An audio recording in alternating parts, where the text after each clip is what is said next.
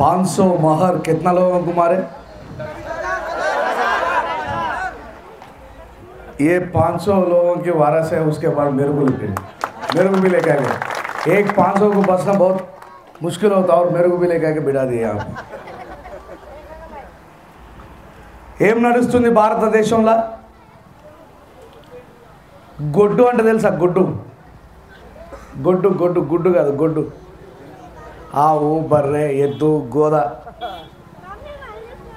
గొడ్డు మాంసం తిన్నోడు తక్కువ జాతోడట.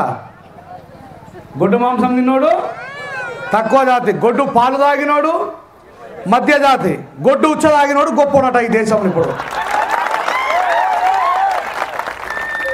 గొడ్డు మాంసం తిన్నోడు తక్కువ జాతి, గొడ్డు పాలు తాగినోడు మధ్య జాతి, ఉచ్చ తాగినోడు ఏమో గొప్పోడట. ఏ సామ్రాట్ అశోక చక్రం అయితే పరిపాలన చేసి, ఏ బుద్ధుడైతే పుట్టి ఒక మహోన్నతమైనటువంటి చరిత్రని సమాజానికి పరిచయం చేసిండో, అలాంటి భారతదేశాన్ని సింధు నాగరికత, హరప్ప, మొహంజోదరో లాంటి పట్టణ నాగరికతని ప్రపంచానికి పరిచయం చేసిన భారతదేశాన్ని కొద్దిమంది నీచ లుచ్చ పరిపాలకులు ప్రపంచం ముందర ఈ భారతదేశాన్ని నవ్వుల పాలు చేస్తున్నారు. మరి ఈ దేశం యొక్క గొప్పతనాన్ని, నిజాన్ని మాట్లాడద్దంటే ఎట్లా? మాట్లాడాలా లేదా?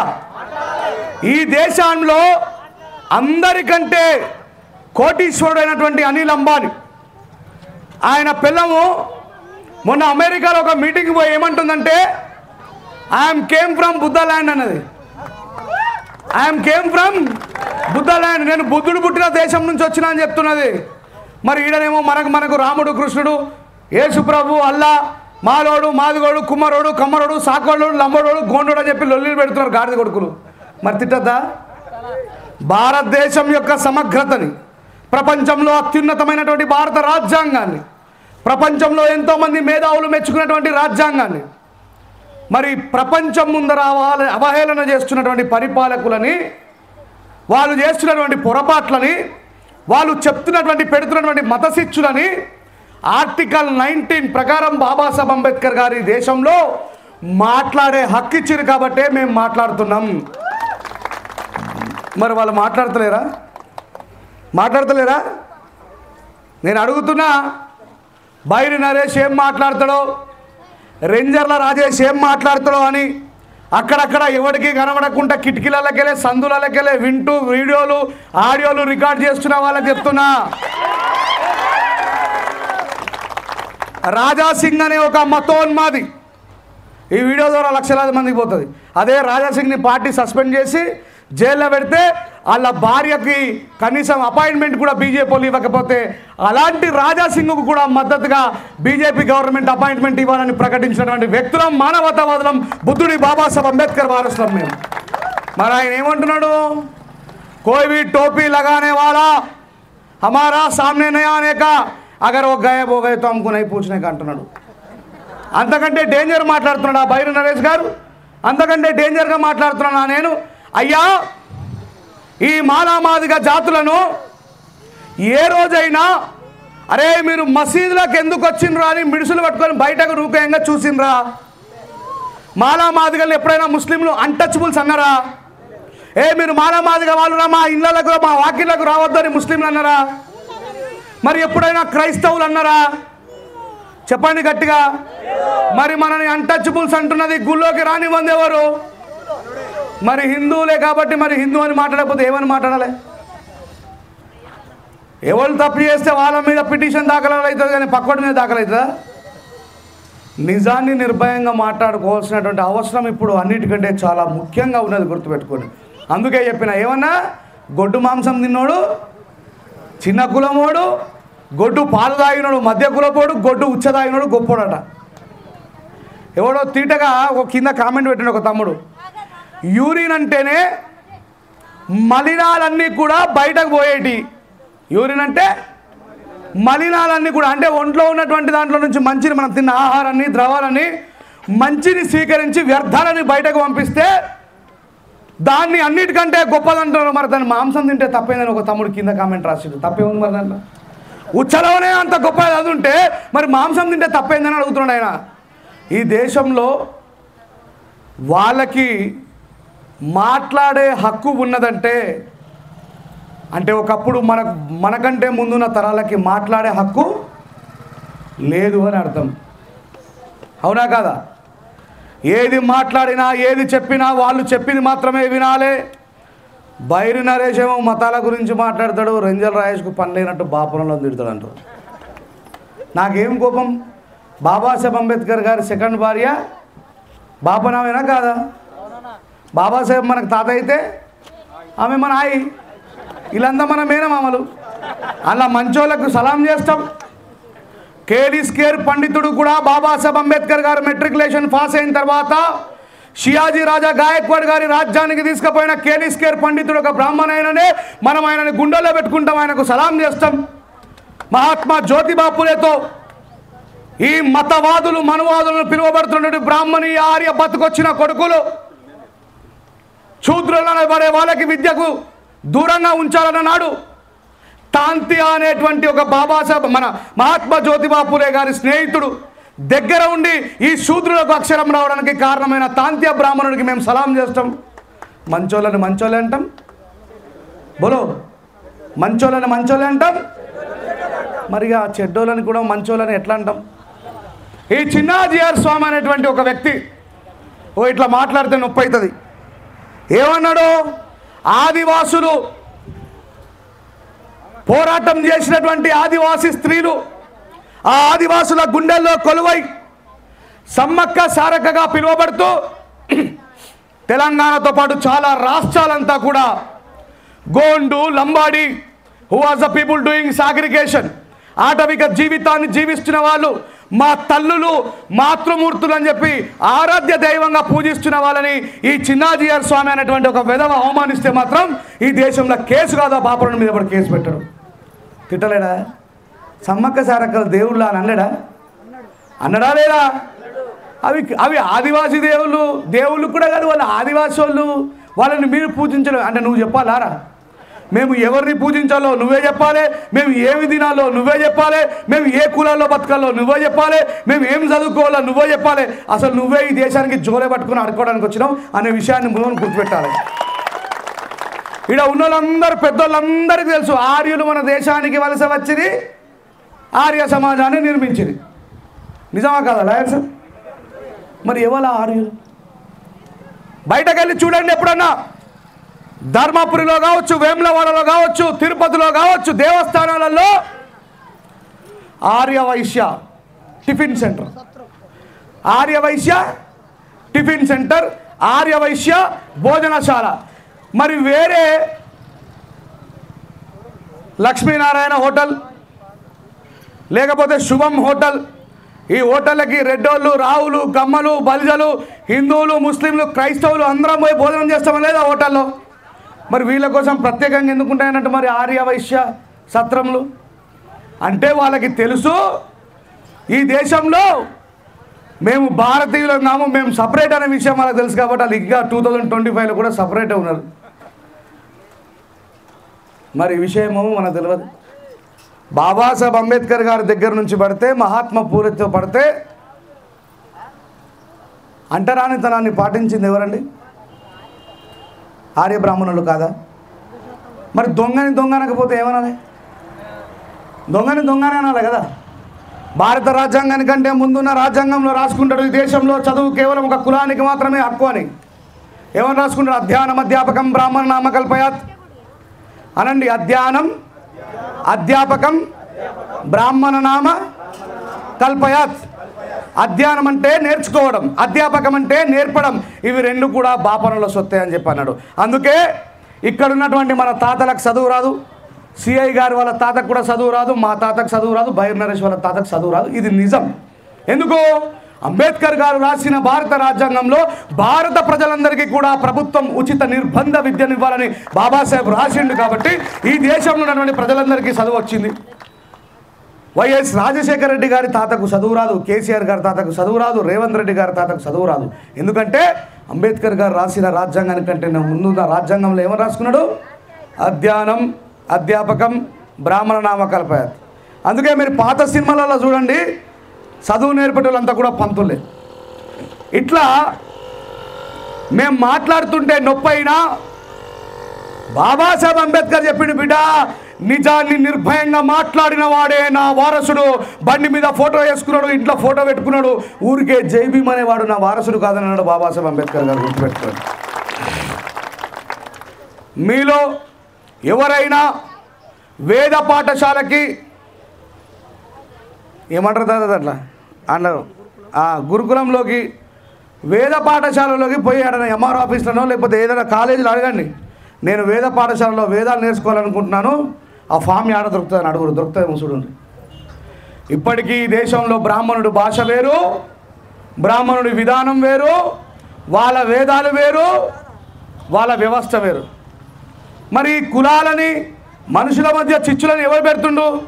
నిన్నగాక మొన్న వికారాబాద్లో ఇద్దరు మేజర్ అయిన అమ్మాయి అబ్బాయి, అట్టిగా కూడా కాదు విప్రోలో జాబ్ చేస్తారు వాళ్ళిద్దరు పోయి గుళ్ళో పెళ్లి చేసుకుందామని పోతే పంతులు గారు మీరు మాదిగోళ్ళు, మీరు గుళ్ళేకి రావద్దు, మీరు గుడి బయట ఉండన్నాడు. సిఐ గారికి తెలుసు, వెనుక ఉన్న ఎస్ఐ గారికి తెలుసు ఇంకా ఈ దేశంలో కుల వివక్ష ఉన్నది, అందుకే SC ST atrocity prevents act నడుస్తున్నది. మరి మమ్మల్ని మాట్లాడద్దంటే ఎట్లా? మా జాతుల కోసం మేము ఫైట్ చేస్తున్నాం, కానీ ఏనా కొడుకు వచ్చి చేయట్లేదు. గుర్తుపెట్టుకోండి, మా బాబాసాహెబ్ని అవమానించిన ఇదే బైర్ నరేష్, రెంజల్ రాయేష్ ఇంకా స్టేజ్ మీద చాలామంది కనబడతారు. మా జాతుల కోసం మాకు మాట్లాడుకునే హక్కు ఉంది. ఈ బాబాసాహెబ్ అంబేద్కర్ గారి గురించి 27% రిజర్వేషన్ అనుభవిస్తున్న చాలామంది బీసీలలో 1,00,000కు ఒక్క వ్యక్తి నిజమైన బీసీ బైరి నరేష్ గారు అని స్టేజ్ మీద నుంచి నేను చెప్తా ఉన్నా. అంబేద్కర్ గారు ఇచ్చిన 27% రిజర్వేషన్ అనుభవిస్తూ కూడా బాబాసాహెబ్ అంబేద్కర్ వల్ల మేము విద్య నేర్చుకున్నాం, బాబాసాహెబ్ అంబేద్కర్ గారి వల్ల మాకు ఉద్యోగం వచ్చిందని ఎంతోమంది తిరిగి కూడా సపోర్ట్ చేయని బీసీల కంటే గాన్ల సుజాత గారు గొప్పవారు. అయా ఈ దేశంలో మున్నూరు కాపు కులంలో నేను పుట్టినా, షాలోల కులంలో నా భర్త పుట్టినా, బాబాసాహెబ్ అంబేద్కర్ గారి వల్లనే, ఆయన ఇచ్చిన హక్కుల వల్లనే మేము ఉస్మానియా యూనివర్సిటీ మెట్లెక్కగలిగినామంటే కారణం బాబాసాహెబ్ అంబేద్కర్ అని ఆయన జెండాను పట్టుకొని, ఆయన సిద్ధాంతాన్ని పట్టుకొని ఊరూరా తిరుగుతూ ప్రచారం చేస్తూ ఉన్నారు. ఇది కదా నిజంగా తిన్నటువంటి అన్నాన్ని మర్చిపోది జాతిలో పుట్టిన వాళ్ళ యొక్క చరిత్ర. అందుకే అంత పెద్ద గొడవైనప్పటికీ కూడా ఒక సమతా సైనికుడిగా నిజానికి సత్యానికి అండగా నిలబడ్డాను నేను.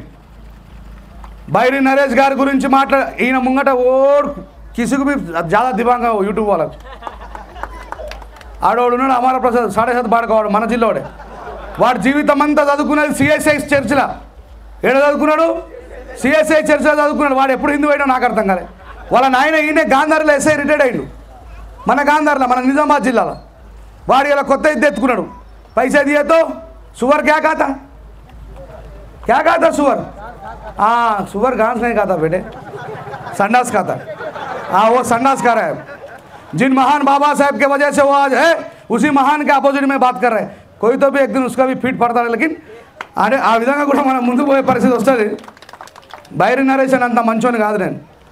ఆయన మనం ఓలను కొట్టదు తిట్టదంటే మరి అవతలడు సామ్రాట్ అశోక చక్రవర్తి బౌద్ధం స్వీకరించిన తర్వాత అల్జీరియా దేశం నుంచి ఒకడు లెటర్ పంపినట, నీ మీద గెలవాలని ఎప్పటి నుంచో కలలు కంటున్నా నేను సామ్రాట్ అశోక చక్రవర్తి, కానీ నీ మీద గెలవడం అంటే సామాన్యమైన విషయం కాదు. నువ్వు బుద్ధుడు అనేటువంటి ఒక సన్యాసి మార్గంలో నడుస్తున్నావట, ఇకపై నువ్వు యుద్ధం చేయవట, ఇగో నీపై ఫస్ట్ యుద్ధం నేనే ప్రకటిస్తున్నాను లెటర్ పంపిస్తాడు. ఎవరు? అల్జీరియా దేశం నుంచి సామ్రాట్ అశోక చక్రవర్తికి. అప్పుడు అశోక చక్రవర్తి ఏమని ఉత్తరం పంపిస్తాడో తెలుసా?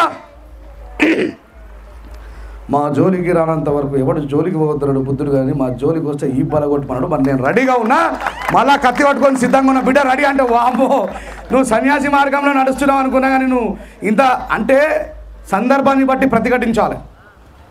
మనము ఎప్పుడైనా అవతలోనికి మన సంఘటిత శక్తితోని చెప్పి నిన్నారు కదా యూనిఫామ్ వేసుకొని ఉండాలని చెప్పి, వీళ్ళని చూస్తే ఊళ్ళో ఏమనిపిస్తుంది? కొత్త పోలీసులు వచ్చారేమో అమ్మ ఊళ్ళో అనుకుంటారా? బాబాసాహెబ్ అంబేద్కర్ గారు సమతా సైనిక్ దళ్ స్థాపించింది సెల్ఫ్ ప్రొటెక్షన్ కోసం. దేనికోసం? సెల్ఫ్ ప్రొటెక్షన్ కోసం. ఓ 1000 మంది సమతా సైనికులు పక్క ఊర్లో అంబేద్కర్ గారి విగ్రహాన్ని పెట్టనీయమని కొద్దిమంది మూర్ఖులు వాదించినప్పుడు ఏం చేయదు, చేతుల లాఠీ తీసుకోవాలా, యూనిఫామ్ తీసుకోవాలా, ఏడైతే విగ్రహాన్ని పెట్టద్దన్నారో ఆ 1000 మంది యూనిఫామ్ పెట్టుకుని అక్కడ కూర్చోవాలి. వస్తారు వాడు దగ్గర, మనం కొట్టాల్సిన అవసరం లేదు. संगठित हो संघर्ष करो, संगठित हो संघर्ष करो. 1000 आदमी उधर बैठने के बाद में वो पेशाब के लिए बाहर नहीं आएगा. ఇది బాబాసాహెబ్ అంబేద్కర్ గారు చెప్పింది. నక్సలైట్లై తుపాకులు పట్టుకున్నాం, ఎర్రజెండనీయలో అడవిలకే ఓయనీయలో వాపసురాలేయనీయలో అంటే అప్పటి పరిస్థితులు వేరు. ఇప్పుడు ఏం పట్టుకోవాలా? AK-47 కంటే కూడా బలమైన ఆయుధాన్ని ఇచ్చిండు బాబాసాహెబ్ అంబేద్కర్ మనకు, జ్ఞానము. జ్ఞానానికి అజ్ఞానానికి విజ్ఞానానికి మధ్య ఒక చిన్న తేడా చెప్తా. పెండ ఉంటుంది కదా, పెండ గోబర్ అర్థమవుతుంది అమ్మ తెలుగు అందరికి. ఈ గోబర్ ఉంది కదా పెండ, మనం ఏదైనా కొత్తగా పెళ్ళికి పోదామని చెప్పి మంచి బట్టలు తయారైపోతున్నాం. రోడ్డు మీద పెండ కనిపించింది అనుకో, ఏం చేస్తారు జ్ఞానవంతులు? మెల్లిగా దాని మీదకి వెళ్ళి దాటిపోతారు కదా. పూసుకోంది కదా, సెంటు వాసన వస్తుందని చెప్పి పూసుకోంది కదా. జ్ఞానవంతులైతే అది పెండని దాన్ని ముట్టద్దు అని దాన్ని దాటి వెళ్ళిపోతారు. విజ్ఞానవంతులైతే ఏం చేస్తారు? ఆ పెండను తీసుకొని వచ్చి గోబర్ గ్యాస్ తయారు చేసి సమాజానికి అందిస్తారు. గోబర్ గ్యాస్ తయారు చేస్తారా చేయరా? కానీ మతం ఏం చేస్తుంది? గొబ్బెమ్మల్ని చేసి దాని మీద పువ్వులు వేసి దాని చుట్టూ తిప్పుతుంది. ఇట్లా తిప్పుతుందా తిప్పదా? ఇది అజ్ఞానానికి విజ్ఞానానికి జ్ఞానానికి ఉన్న తేడా. బాబాసాహెబ్ అంబేద్కర్ గారు మనల్ని జ్ఞానం నుంచి విజ్ఞానానికి ప్రమోట్ కమ్మన్నారు, కానీ అజ్ఞానానికి కాదు. మై MBBS డాక్టరు మై గాయగా మూత్ పీరావు అని ఒకటి వీడియో పెట్టిండు. ఓరే నీ అమ్మ పాడైపోని, ఎటు తీసుకుపోతున్నారు ఈ దేశాన్ని? ఈ విషయాన్ని మాట్లాడొద్దంటే ఎట్లా? ప్రపంచంలోనే అత్యుత్తమైనటువంటి దేశము భారతదేశము. ఇక్కడ కులాలు మతాలు భాషలు వర్ణాలు వైషమ్యాలు ఉన్న మనుషులంతా కూడా భారతీయులుగా ఉండాలని చిన్నప్పటి నుంచే మనకు అలవాటు చేస్తారు. స్కూల్కి పోయిన వాళ్ళు చేయలేకపోయిన ఎంతమంది, స్కూల్కి చదువుకున్న వాళ్ళు ఎంతమంది ఉన్నారు ఈ మీటింగ్లో? మనమందరం స్కూల్లో ఏమని చదువుకున్నాం? భారతదేశం భారతీయులందరూ. మరి మళ్ళీ హిందూ ముస్లిం క్రిస్టియన్లు ఆడికి వచ్చారా? రాజ్యాంగమే చెప్తున్నది ఏమని? భారతదేశం నా మాతృభూమి, భారతీయులందరూ నా. రాజ్యాంగం కంటే గొప్ప అవి. फिर కరోనా का टाइम में सब बंद हो गया, किधर चले गए ये सब? పోలీసు రాజ్యాంగాన్ని పాటించే వాళ్ళు, డాక్టర్లు రాజ్యాంగాన్ని చట్టాన్ని పాటించే వాళ్ళు, సంఘ సంస్కర్తలు రాజ్యాంగాన్ని చట్టాన్ని పాటించే వాళ్ళు. పోలీసులు బయట లేకపోతే కరోనా టైంలో ఏమైంది? శుక్లాం వరదనం విష్ణుం శశివర్ణం చతుర్భుజం బంద్ हो गया, లా ఇలాహ ఇల్లల్లాహ్ ముహమ్మద్ రసూలుల్లాహ్ బంద్ हो गया, దయగల రాజా గొప్ప దేవుడా మహోన్నతుడా యేసయ్య రే బంద్ చేయి ఇబ్బల ఉడుతులు వెనకకెళ్ళే పోలీసులు వచ్చి. అగర్ దేవుడు ఉంటే నీ కోసం దేవుణ్ణి ఉంచుకో, కానీ నీ గడప లోపల మాత్రమే దేవుడు గడప దాటితే భారతదేశం అనే విషయాన్ని గుర్తుపెట్టుకోవాలి. చాలా ఎగ్జాంపుల్స్ చెప్పిన ఈ ఊరు నుంచి పక్క ఊరికి ఏదైనా స్టూడెంట్ చదువుకున్న అమ్మాయి పోతే ఎవడైనా పోకిరోడు ఆమెను గెలికిండనుకో, అల్లా అంటే ఫరిస్తాల్ని పంపడు, యేసయ్య అంటే దేవదూతల్ని పంపడు, రామ అంటే హనుమంతుని పంపడు. సెల్ ఫోన్ తీసి 100కు డయల్ చేస్తే పోలీసులు వచ్చి రక్షిస్తారు. అదే భారత రాజ్యాంగం, అదే చట్టం అనే విషయాన్ని గుర్తుపెట్టుకోండి. నరేంద్ర మోడీ అయినా ఊర్లో ఉన్న వార్డు మెంబర్ అయినా ఏమైనా దైవ ప్రమాణం చేస్తారు? భారత రాజ్యాంగమే. ఓడికి కూడా రాజ్యాంగం తెలియదు. మళ్ళీ గతరని ఒక పాటలు రాస్తాడు, రాజ్యాంగం మొదటి పేజీ కళ్ళు తెరిసి చూసుకోండి, మనిషికి జీవించే హక్కు, మనిషికి మాట్లాడే హక్కు, భాష హక్కు, మతం హక్కు, పత్రికల్లో ప్రకటన హక్కు. ఇది మాలమాదిగోళ్ళకే ఇచ్చిన బాబాసాహెబ్ అంబేద్కర్ ఈ హక్కులన్నీ. రేవంత్ రెడ్డి గారిని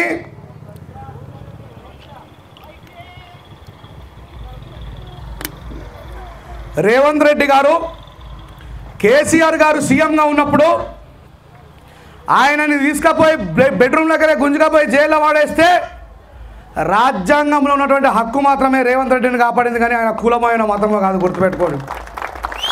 ఇదే సీఎం రేవంత్ రెడ్డి గారు ఈ దేశానికి ఫైనాన్స్ మినిస్టర్ అయినటువంటి ఏం పేరు ఆమె పేరు నిర్మలా సీతారామన్ రేవంత్ రెడ్డి గారిని కౌంటర్ చేస్తూ పార్లమెంట్లో మాట్లాడితే ఏమన్నాడు రేవంత్ రెడ్డి గారు? मैं शूद्र हूं, मेरा हिंदी आपके जैसा नहीं है, मेरा हिंदी कमजोर है, तुम ब्राह्मण है, हम शूद्र है అన్నాడు. కానీ ఆయనకు అర్థమైనటువంటి విషయము మనకే అర్థమవుతలేదేమో ఆలోచించుకోవాల్సిన అవసరం ఉంది. అంటే వాళ్ళకు సమస్య వచ్చినప్పుడు మై శూద్రు, రాజ్యం వాళ్ళది ఉంటే మై రాజు. కేసీఆర్ గారు రాజ్యంలో ఉండి నేను ఇబ్బంది పెడితే భారత రాజ్యాంగం గురించి మాట్లాడతారు. ప్రతి కష్టాల్లో ఉన్న ప్రతి చెత్తన కొడుకు రాజ్యాంగం గురించి మాట్లాడతారు. దాంట్లోకి వెళ్ళి అవతల పడగానే మాకు సంబంధం లేదని అంటారు. కేసీఆర్ గారు రాజ్యంలోకి రావడానికంటే ముందు కొన్ని లక్షల సార్లు బాబాసాహెబ్ అంబేద్కర్ గారి రాజ్యాంగం వల్ల తెలంగాణ వచ్చిందని మాట్లాడలేడా? ఇదే కేసీఆర్ గారు బీజేపీ గవర్నమెంట్ని కౌంటర్ చేసేటప్పుడు మళ్ళా రాజ్యాంగం గురించే మాట్లాడతారు. మిత్రులారా, సహోదరులారా, రాజ్యాంగం యొక్క వారసులమైనటువంటి మనకు రాజ్యాంగం తెలియదు. రాజ్యాంగం ద్వారా లబ్ధి పొందుతున్నటువంటి బీసీ సహోదరులకు తెలియదు. రాజ్యాంగం ద్వారా లబ్ధి పొందుతున్నటువంటి స్త్రీలకు తెలియదు. ప్రతి కులంలో ఉన్నటువంటి స్త్రీ గవర్నమెంట్లో జాబ్ చేస్తున్న ప్రతి స్త్రీకి కూడా మెటర్నిటీ లీవ్స్ ఇచ్చిండు బాబాసాహెబ్ అంబేద్కర్ గారు. ఆ విషయం వాళ్ళకి తెలియదు. మరి ఈ విషయాలన్నీ చెప్పాల్సిన బాధ్యత ఎవరిపై ఉంది? ఎవరిపై ఉంది? మీ పైన లేదా? మీ అందరి మీద లేదా? అమ్మ నరేష్ నేను ఒరి చచ్చిపోవాలి ఇక మీ పని కాదా? హర్ ఇన్సాన్కి ప్రతి ఒక్కళ్ళ బాధ్యత. మా అమ్మ కూడా నన్ను చాలా గారవంగా పెంచుకున్నది. నేను ఒక్కనే కొడుకుని చాలా సందర్భం ఎప్పుడు చెప్పలే, ఎవ్వరో తెలియదు. నాకు అక్క లేదు, అన్న లేదు, తమ్ముడు లేడు, అన్న లేడు. ఒక్కొన్ని వన్ మ్యాన్ ఆర్మీ. అర్థమైందా?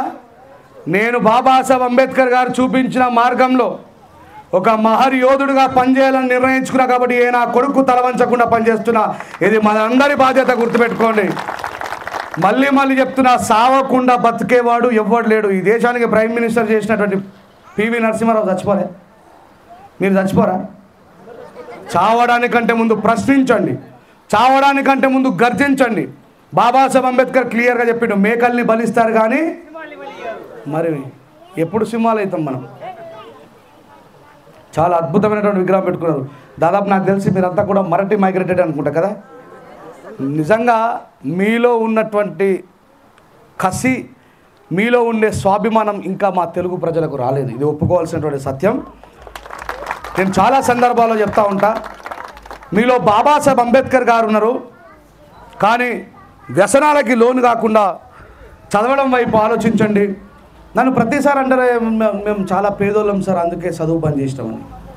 బాబాసాహెబ్ అంబేద్కర్ గారి కంటే పేదోళ్ళం మనం ఎవరంగా తెలుసా? బాబాసాహెబ్ అంబేద్కర్ గారు ఒక రోజంతా ఒకటే రొట్టె, ఏకీ రోటీ కాకే జియా తా బాబాసాహెబ్ అంబేద్కర్ నే హమ్ లోగోं का భలా करने के लिए. ఇప్పుడు మనం బీఫ్ తింటాం, మటన్ తింటాం, చేపలు తింటాం, చికెన్ తింటాం, ఏది కావాలంటే సాయంత్రం అయితే గుద్దుతాం ఇట్లా తక్కువ అని. ఈ పరిస్థితులలో కూడా మనం చదువుకోకపోతే బాబాసాహెబ్ అంబేద్కర్ గారికి నిజమైన నివాళి విగ్రహాలు కట్టడము, పూలదండలు వేయడము, పాటలు రాయడము, పాటలు పాడడము కాదు. బాబాసాహెబ్ అంబేద్కర్ గారికి నిజమైన నివాళి అంటే ఏంటో తెలుసా? బాబాసాహెబ్ అంబేద్కర్ గారికి నిజమైన నివాళి వింటున్నారా? జై భీమ్.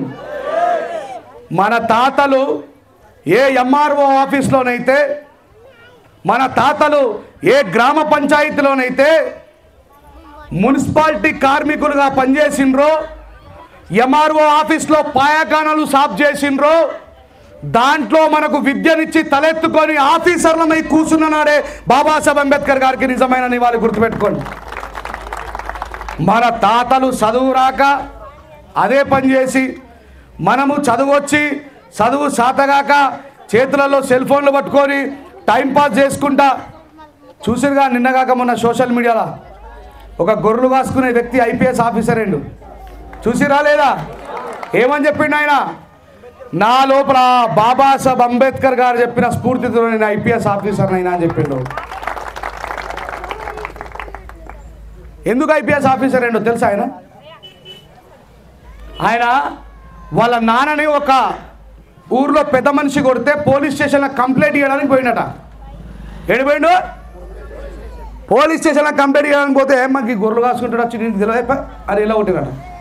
అరే అమ్మ ఎందుకు పట్టించుకుంటలేరా నన్ను, నాకు అర్థం కాదు అని చెప్పి కసితో వీళ్ళందరికీ నేను బాసును కావాలని చెప్పి ఐపీఎస్ అయ్యాడు. అదే విద్యకున్నటువంటి గొప్పతనం, గుర్తుపెట్టుకోండి. నరేష్ అన్నని నన్ను ఏ నుంచో ఏడు దాకా ఎందుకు పిలిపించారు? మేము బాబాసాహెబ్ అంబేద్కర్ గారి గురించి బాగా మాట్లాడతాం. అంబేద్కర్ గారి గురించి మిగతా వాళ్ళకు తెలియని విషయాలు వీళ్ళిద్దరు బాగా చెప్తారనే కదా. అంటే మా దగ్గర ఏమున్నది మరి? అది కూడా మీకు రాదా?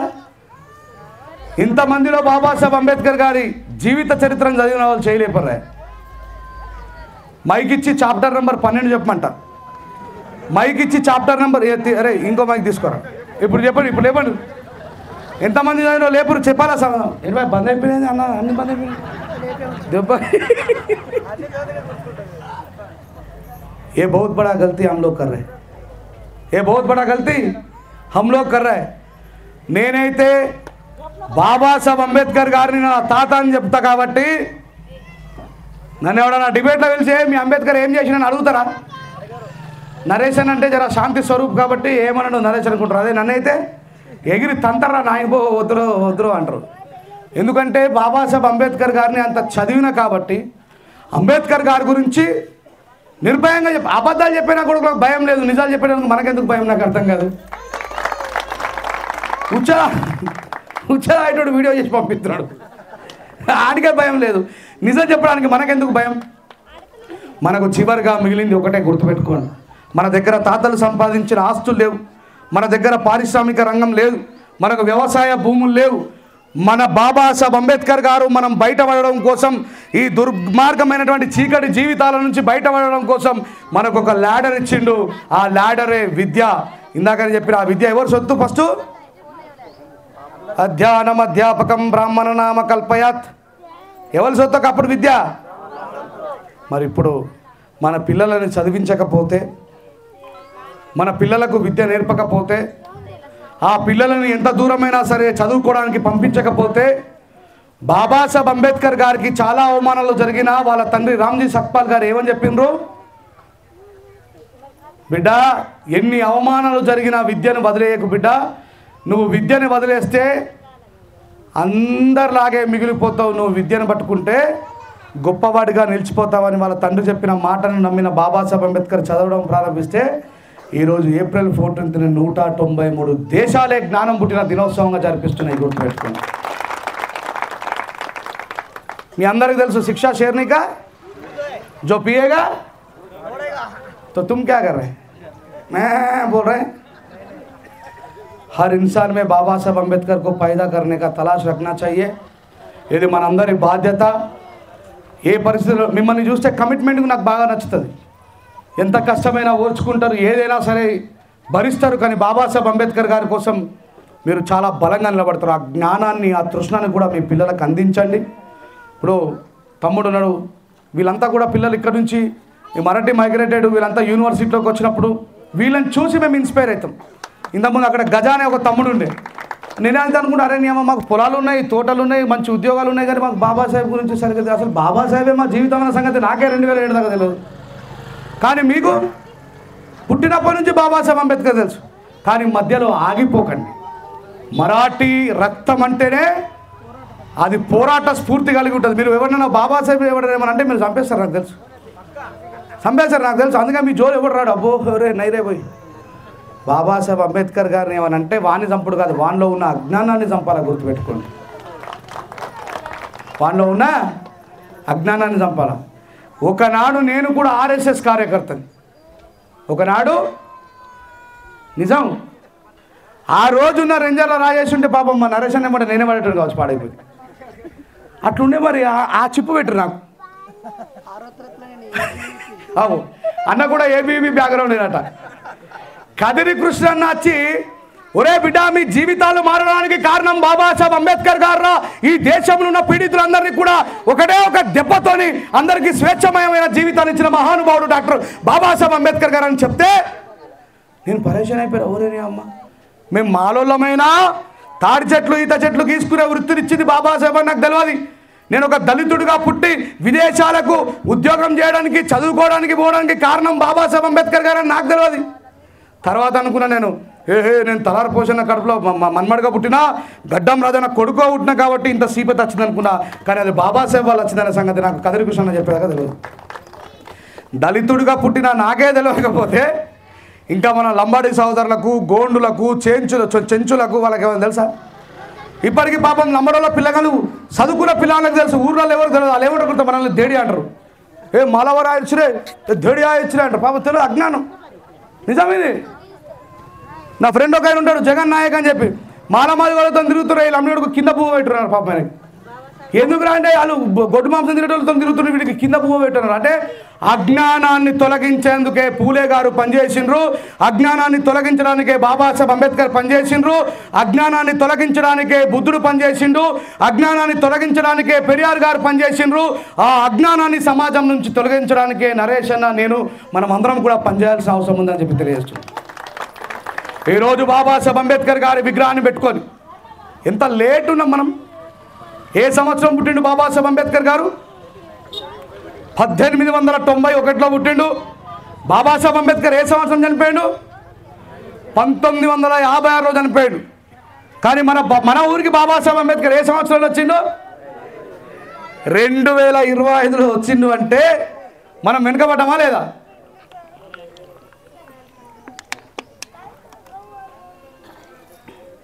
చాలా బాధ అనిపిస్తూ ఉంటుంది. గాంధీ గారి విగ్రహానికి పర్మిషన్ బంద్, స్వామి వివేకానంద గారి విగ్రహానికి పర్మిషన్ బంద్, ఆయన నెహ్రూకైనా సుభాష్ చంద్రబోస్కైనా పర్మిషన్ బంద్, ఆ వైఎస్ రాజశేఖర రెడ్డి గారికి పర్మిషన్ బంద్, తెలంగాణ తల్లికి పర్మిషన్ బంద్. ఈ దేశానికి చట్టాన్ని రాసినటువంటి ఆ మహానుభావుడికి మాత్రం పర్మిషన్ అడుగుతున్నారంటే కారణం ఏంటో తెలుసా? అది మనందరి బలహీనత. ఎప్పుడైనా ఒక ముస్లిం సహోదరి మీద అత్యాచారం జరిగితే అవతలడు బతుకుతాడా? ఎప్పుడైనా ఒక పంజాబీ సహోదరి మీద అత్యాచారం జరిగినట్టు విన్నామా? చెప్పండి. నిరంతరం ఈ దళితుల మహిళల మీదనే ఎందుకు అత్యాచారాలు జరుగుతాయి? ఎందుకంటే మనం సంఘటితంగా అయి లేము కాబట్టి, సంఘర్షణ చేయడానికి సిద్ధంగా లేము కాబట్టి.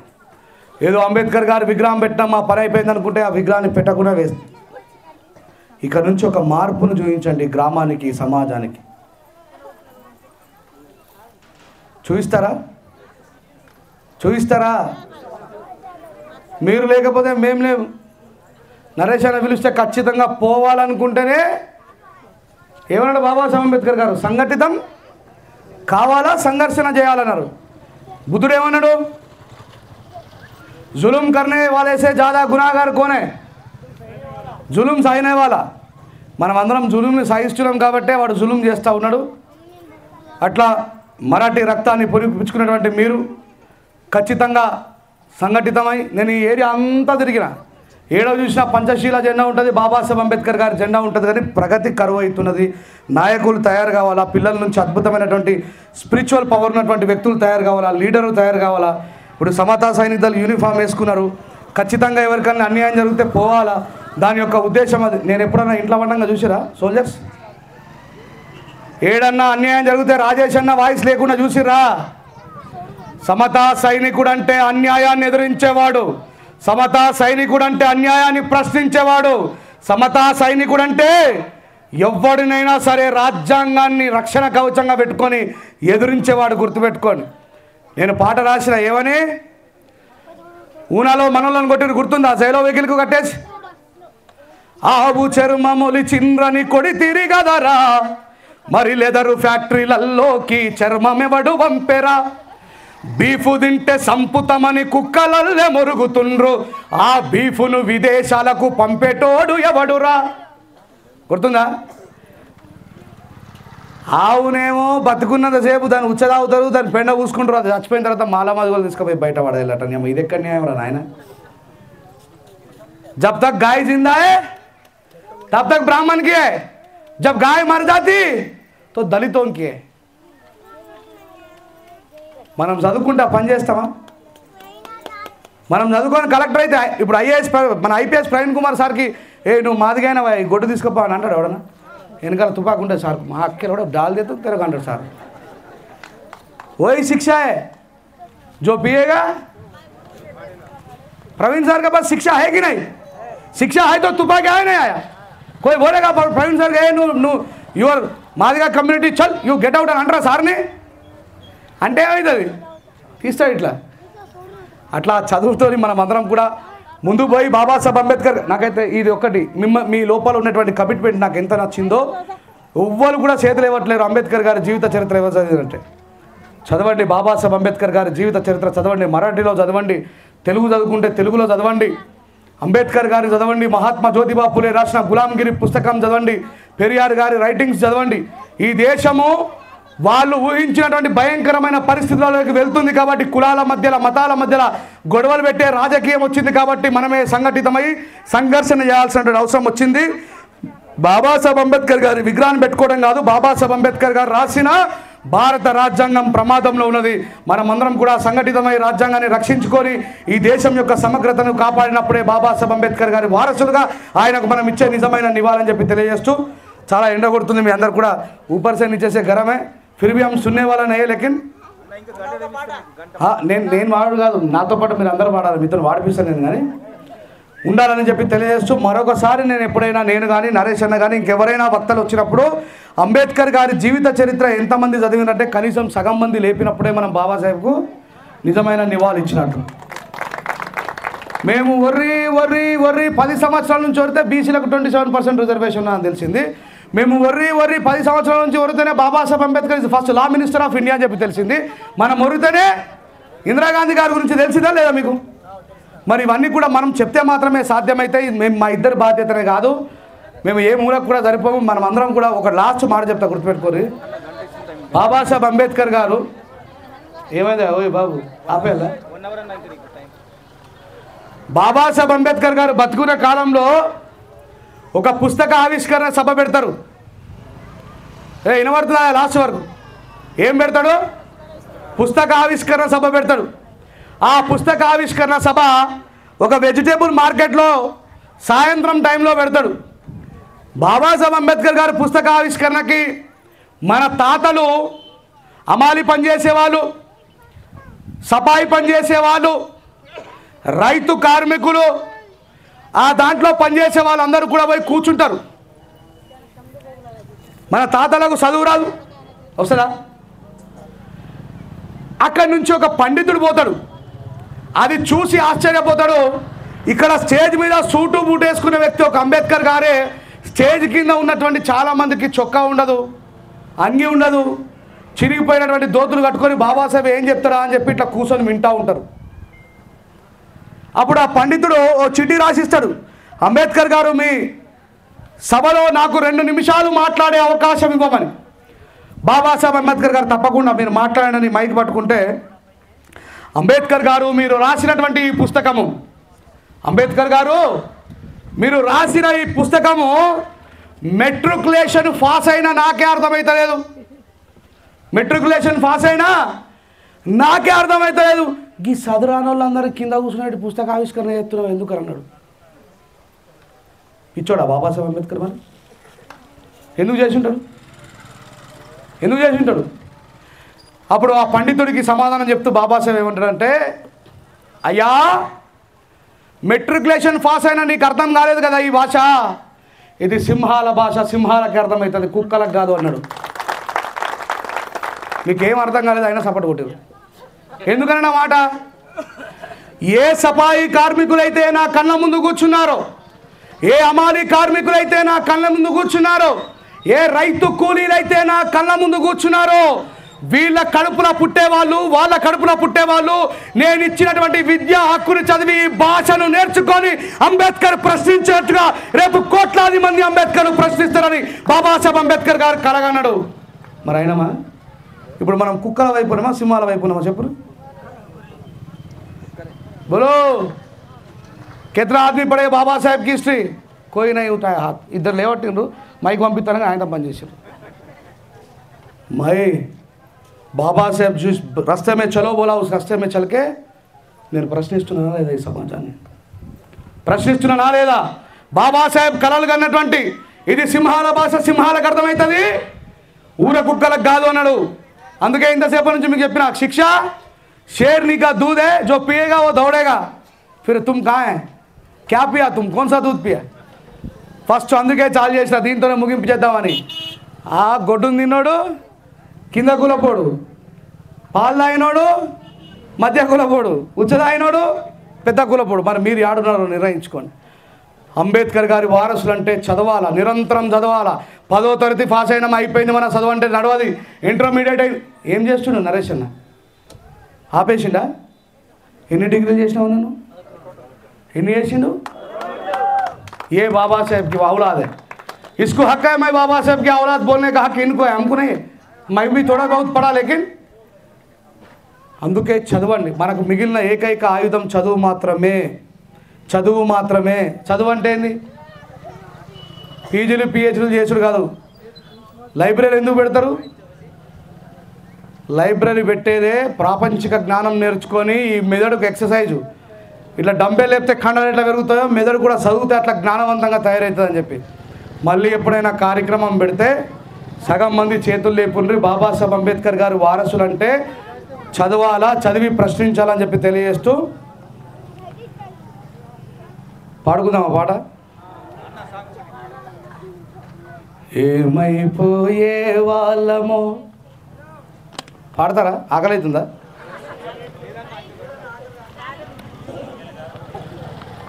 నేను మాట్లాడింది మీకు అర్థమైంది అక్క?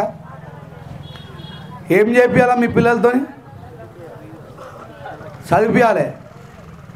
చదివిస్తేనే మనం బాగుపడతాం. చదవకపోతే ఎవరు బాగుపడరు. అయిపోయింది లాస్ట్. అన్ని పోయినా మన దగ్గర ఏం లేదు. మన బతుకంతా రేషన్ కార్డు కాడికి వచ్చింది. కానీ చదువు ఒక్కటే మిగిలింది. చదువుకుంటేనే గొప్పలం అవుతాం. ఏమైనా సమతా శైలి సోల్జర్స్ మీరు ఇంత అద్భుతంగా యూనిఫామ్ చేసుకొని మీద ఒక్కరు కూడా అంబేద్కర్ గారి జీవిత చరిత్ర చదవకపోతే ఎట్లనైనా నాకు అర్థం కాదు. दोबारा मत बोलो हम बाबा साहेब का औलाद है, जो पढ़ेगा वही बोलो. इज्जत चले जाती. समता सैनिक दल का एक ये होता, मेरे को कोई तो भी देखे तो बाहर क्या समझ लेते, कैसा रहता समता सैनिक दल बोले तो मेरे जैसा रहना. एक तो भी आदमी नहीं पढ़े बोले तो कितना बेइज्जती की बात है. ऐसा मत करो प्लीज़, पढ़ो. అడుగు అడుగు తను అనుభవించిన బాధలు తలచి భావితరాల భవిష్యత్తునంతా ముందే చూసి ఏం చేసిండు బాబాసాహెబ్ అంబేద్కర్? నేను పడ్డ అవమానాలు నా పిల్లలు పడద్దని ఏం చేసినట? తన నెత్తుటి చుక్కలు లక్షల అక్షరాలుగా మార్చాడు. తన నెత్తుటి చుక్కలు లక్షల అక్షరాలుగా మార్చాడు. భారత జన నుదిటి రాతను, భారత జన నుదిటి రాతను అంబేద్కరే మార్చాడు. ఏమైపోయే వాళ్ళమో అంబేద్కరే లేకుంటే, ఏ చీకటి మింగునో తను వెలుగై రాకుంటే. అడుగు అడుగుతను అనుభవించిన ఎందుకు పడుతున్నా? రెండోసారి మనం ఈరోజు ఏ పరిస్థితిలో ఉంటామనే సంగతి బాబాసాహెబ్ ముందే ఊహించింది. ఈరోజు ఎవరైనా స్కూల్లో ఎవరైనా పిల్లగాని బయట కూర్చుని పెడితే ఏమవుతుంది? టీచర్ని తీసుకుపోయి జైలు వేయరా? పోలీసులు వేస్తారా? అంటరానితనం చట్టరీత్యా నేరమని చేసిండు బాబాసాహెబ్ అంబేద్కర్ గారు. ఆయన అనుభవించిండు కాబట్టి నా బాధ రాబోయే నా తరాలు అనుభవించొద్దని తెలుసుకొని తెలుపగరండి ఆయన చరిత. గొంతెత్తి వినిపించు మహా నీయుని ఘనత. నిన్న నేడు రేపటి తరాలు మార్చిన రాత. రాజ్యాంగము రాజ్యముకిచ్చిన మనందరి నేత. ఏమైపోయే వాళ్ళమో అంబేద్కర్ లేకుంటే, ఏ చీకటి మింగును తను వెలుగై రాకుంటే. అట్లా మీరందరూ కూడా బాబాసాహెబ్ అంబేద్కర్ గారి బాటలో నిరంతరం నడవాలని, చదవాలని, వీలైన ఎక్కువగా కార్యక్రమాలు ఏర్పాటు చేయాలని, ఎక్కువ కార్యక్రమాలకు వెళ్ళాలని, జ్ఞానార్జన చేయాలని. బుద్ధుడు ఏమంటాడు? చరత బిక్కవే చారికం బహుజన హితాయ బహుజన సుఖాయ లోకానుకంపాయ అత్తాను హితాయ ఆది కళ్యాణ మధ్య కళ్యాణ అంత కళ్యాణ అత్తదీపోభవ అంటాడు. ఎవడైతే తనను తాను జ్యోతిగా వెలిగించుకుంటాడో వాడు చీకటిని పారదోలుతాడు తప్ప, నువ్వే చీకటైతే చీకట్లో కలిసిపోయి ఉచ్చదావుడైతుంది. అట్లా కావద్దని కోరుకుంటూ ఈ కార్యక్రమానికి నన్ను పిలిపించినటువంటి తమ్ములందరికీ కూడా హృదయపూర్వకంగా జైభీములు తెలియజేస్తూ, కాపాడుకుంటాం భారత రాజ్యాంగాన్ని. గట్టిగా చెప్పండి, కాపాడుకుంటాం భారత రాజ్యాంగాన్ని. కాపాడుకుంటాం భారత రాజ్యాంగాన్ని. వర్ధిల్లాలి ఎస్సీ ఎస్టీ బీసీ మైనార్టీల ఐక్యత. వర్ధిల్లాలి ఎస్సీ ఎస్టీ బీసీ మైనార్టీల ఐక్యత. జై భీమ్, జై Bhim. Thank you very much.